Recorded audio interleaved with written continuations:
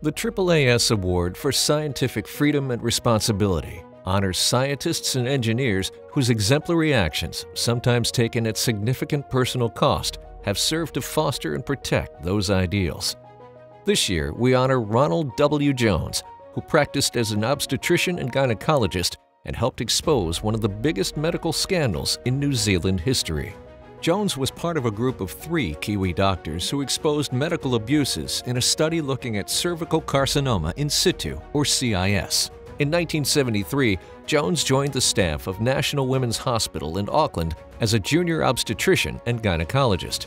At the time, Professor Herbert Green's study into CIS had been in progress for 7 years. By the mid-1960s, there was almost universal agreement among gynecologists and pathologists worldwide that CIS was a precursor of cancer. Professor Green, however, embarked on a study of women with CIS without their consent that involved merely observing rather than treating them.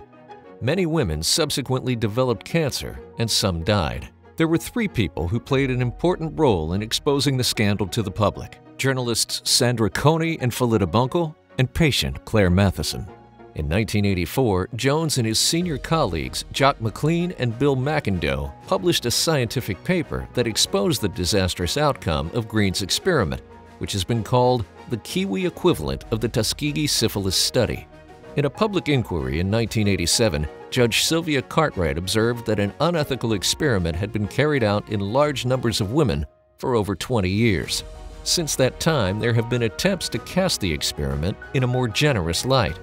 In 2017, Jones published a book on the study called Doctors in Denial: The Forgotten Women in the Unfortunate Experiment.